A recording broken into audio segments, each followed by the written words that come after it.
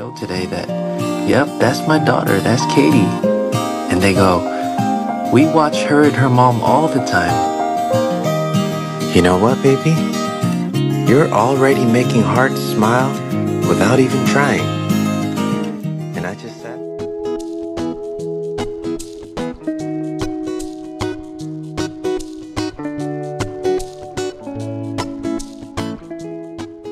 Tunay ngang nakakaantig ng damdamin ang naging pahayag ni Chris Lawrence tungkol sa kanilang anak ni Katrina Halili.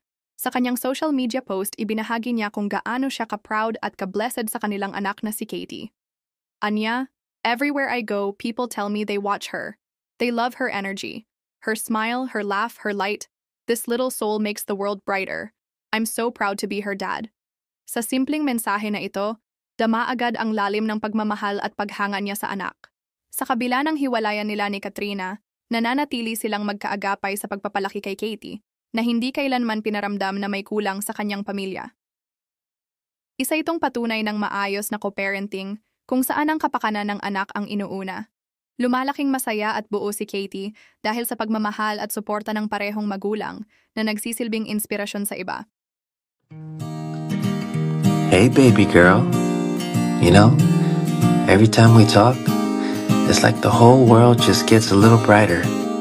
Your smile, your laugh, those little dances you do, they light up the screen. There's just something so special about you. I was telling people at the show today that, yep, that's my daughter, that's Katie. And they go, we watch her and her mom all the time. You know what, baby?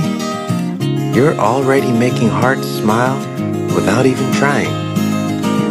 And I just sat there feeling like a proud dad, like, wow, that's my little girl. I love you, Katie. Keep shining, because you are the magic.